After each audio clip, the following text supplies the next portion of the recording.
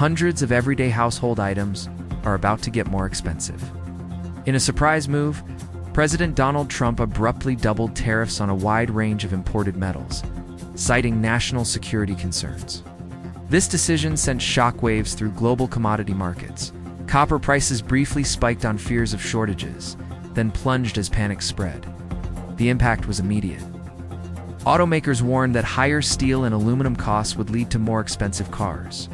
Even gold bars, normally seen as symbols of stability, were caught in the tariff net. Washington's message was clear. Protecting America's industrial base now takes priority, no matter the global consequences. But this policy has triggered a chain reaction few expected. Across the United States, mining operations are grinding to a halt. From the copper pits of Arizona to the coal fields of West Virginia, heavy machinery now sits idle. Rail cars that once hauled or stand empty, and processing plants have gone dark. Thousands of workers are suddenly out of work, and entire communities are left reeling. The crisis didn't happen overnight. It began when the White House imposed steep new tariffs last spring, targeting raw materials like copper, nickel, and rare earth elements. The goal was to protect domestic mines and reduce dependence on foreign suppliers. But one major ally struck back with its own tariffs and quietly redirected its exports to other markets. Instead of negotiating, Washington doubled down, insisting the U.S. could meet its needs alone. Now, the results are visible everywhere. In Arizona, some of the country's largest copper mines have suspended production, cutting off a vital supply of metal used in electronics, power grids, and defense manufacturing. In West Virginia and Wyoming, coal shipments to steel mills and power plants have been slashed or stopped entirely. Even rare earth mineral sites in Nevada, once touted as key to U.S. independence, have scaled back due to soaring costs and uncertainty. Manufacturers describe the situation as a supply line being severed almost overnight. Till recently, billions of dollars worth of copper, coal, and rare earths flowed into U.S. industries each year. Now, those same materials are being sold to eager buyers in Europe and Asia. The fallout is especially severe in mining towns. In Arizona's Copper Belt, waves of layoffs are hitting communities where almost every family has someone working in the mines. In coal country, rail yards that once bustled with loaded trains now sit eerily quiet.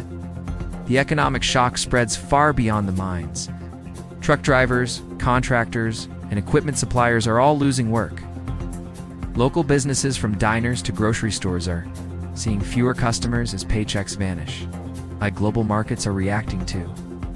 Copper futures have surged to record highs, while contracts for rare earth elements now come with hefty premiums. Even coal prices are rising as manufacturers scramble to secure supplies. These soaring input costs are already filtering down to consumers. Electric cars, refrigerators, smartphones, and even basic power tools will soon carry higher price tags.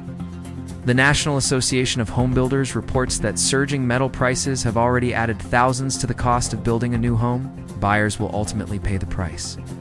For families in mining regions, this isn't just an economic story. It's personal. In towns like Ely, Nevada, and Gillette, Wyoming, households are struggling to cover mortgages and medical bills with no steady income. Local governments are also in crisis. Mining property taxes fund schools, roads, and public services. With production halted, budgets are collapsing. School districts are warning of staff layoffs and program cuts if the shutdowns continue. Even if Washington reversed course tomorrow, restarting these mines wouldn't be easy. Skilled workers who were laid off may move on to other jobs, and machinery left idle needs costly repairs and safety checks before operations can resume. Mines cannot simply flip a switch and return to full production overnight. This crisis has sparked a political storm. Governors of affected states are demanding emergency action, while members of Congress warn that America is surrendering strategic ground to foreign competitors. The biggest competitor benefiting from this chaos is also America's closest ally, Canada. As U.S. mines go silent, Canada is moving quickly to take advantage. From copper mines in British Columbia to nickel-rich pits in Ontario and gold fields in Quebec, Canadian operations are ramping up. They re-securing long-term contracts in Europe and Asia deals that would have gone to American suppliers just months ago. Canada has a major advantage. Trade agreements like its free trade pact with the European Union allow Canadian minerals to enter foreign markets tariff-free. giving them a competitive edge. This shift is visible on the ground. In Sudbury, Ontario, massive ore trucks haul nickel to smelters day and night. On the Pacific coast, ships loaded with Canadian copper sail to customers in Asia. Canada's mining sector, already a global powerhouse, is now surging even higher thanks to the vacuum left by U.S. mines. Copper highlights the scale of the change. With American production stalled, Canada's share of North American copper output is rising rapidly. Rare earth elements tell a similar story. The U.S. has deposits but has long lacked refining capacity. Now, Canada is positioning itself as the main rare earth processing hub for the Western Hemisphere, even importing raw ore from allies like Australia. This gives Canada control over supply chains vital to electronics, renewable energy, and defense manufacturing areas where the U.S. once held the lead. The geopolitical consequences are enormous. For decades, control over critical minerals gave the United States leverage in global trade and security. As buyers turn to Canada instead, Washington risks losing influence. Allies who once relied on U.S. supply are now deepening trade ties with Ottawa, shifting the balance of power in subtle but meaningful ways.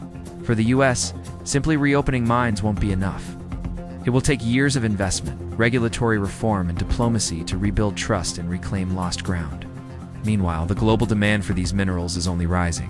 Electric vehicles, renewable energy, and advanced technologies will push consumption of copper, nickel, and rare earths to record levels in the next decade. If the U.S. remains a net importer under these conditions, it will face higher manufacturing costs, inflationary pressures, and strategic vulnerabilities. Companies may even choose to move factories abroad to secure stable supplies. Every month that U.S. mines stay offline is another month for Canada to lock in contracts, expand capacity, and strengthen global partnerships. The clock is ticking. Supply chains once disrupted don't snap back into place easily. Infrastructure built to serve Canada's export boom ports, rail lines, and processing plants will keep running for decades. Cementing these new trade patterns, how Washington responds in the coming months will decide whether this is a temporary crisis or a permanent shift in North America's mineral future. This is USA News Report. Thanks for watching. We'll see you in the next video.